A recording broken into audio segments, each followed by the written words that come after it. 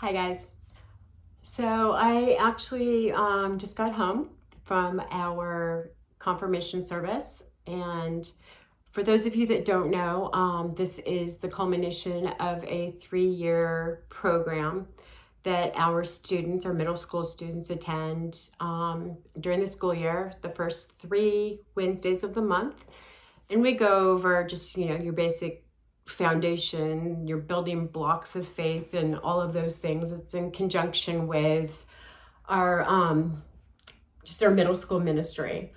And I tried to count and I couldn't come up with like an accurate number, because there was one year that I was not a small group leader in the middle of all of this. And then there was a year that I was a small group leader for something other than a graduating class.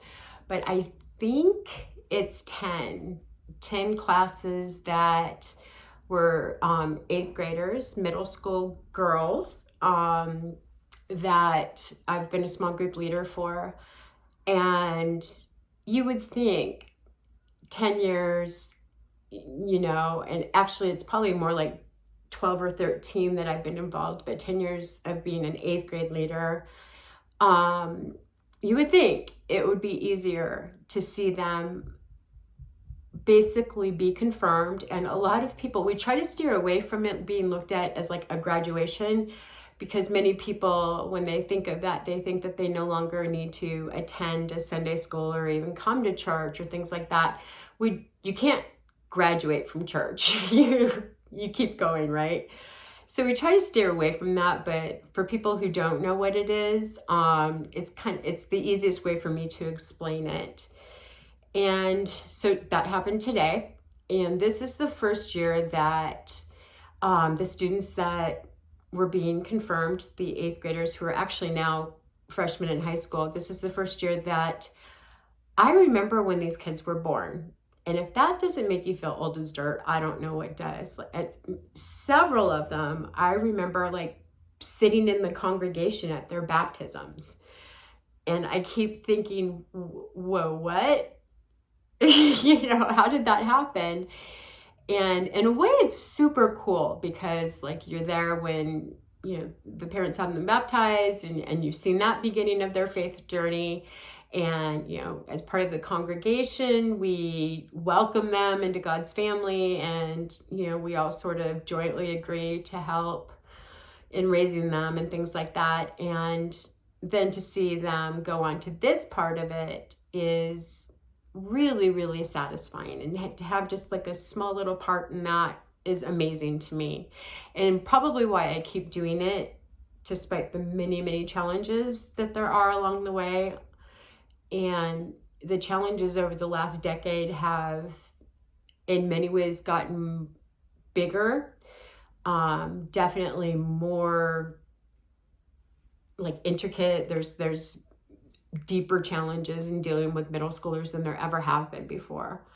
But to me, that makes it that much more important that I stay up to date on my psychology credits, that I educate myself on the other parts of it, so that I can be a good resource for them when they need that, and a resource for other leaders if they choose to reach out.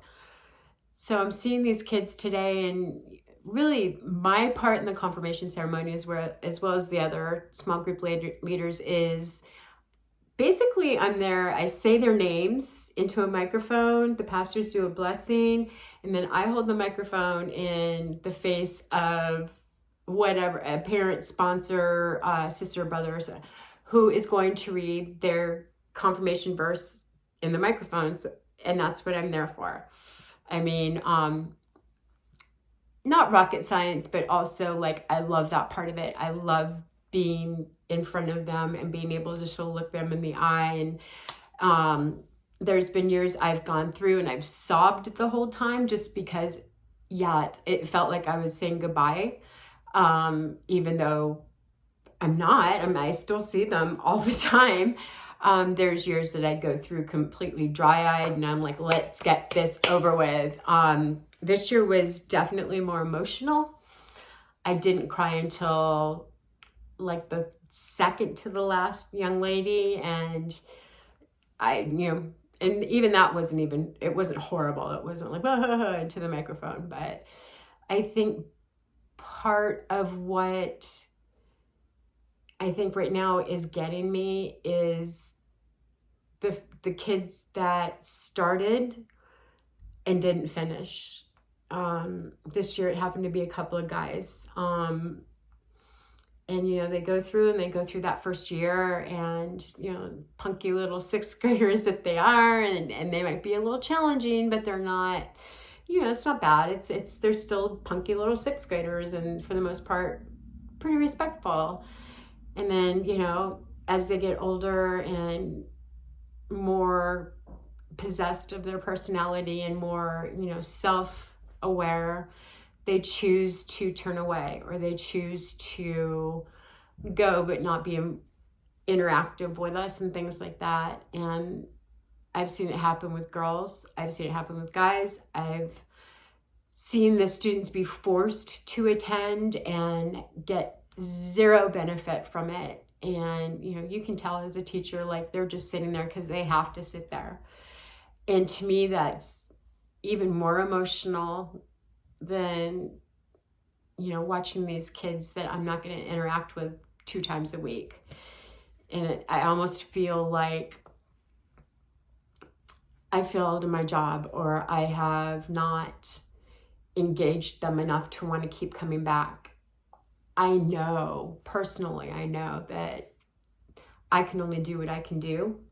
I know I need to focus on the amazing kids that I have in front of me now, and the ones that we just confirmed in high school. And I feel so blessed to have had these kids in my life. And today I had several youngest siblings. There's one young lady, she's the youngest of 3 sisters that have come through my group. And I'm like, I'm not going to know what to do without one of these members of the family in my group. They're just such a positive and loving family. And another young man, I've had his older 2 siblings come through, and I just feel like there's this legacy happening, and it's exciting and it makes me feel good. But then I see what happens after they move out from my class or move on from middle school in general. And that's where I feel like I'm lacking. I feel like I'm not giving them what they need to be excited to continue.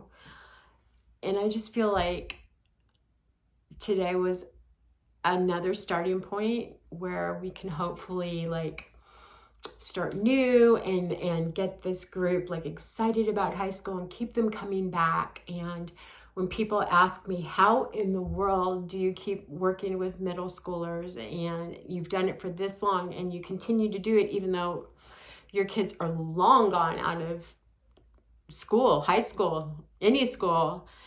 And my heart just hurts, because there's such a stigma involved in dealing with middle schoolers, and people hear teenager or middle schooler and they just automatically bristle at you.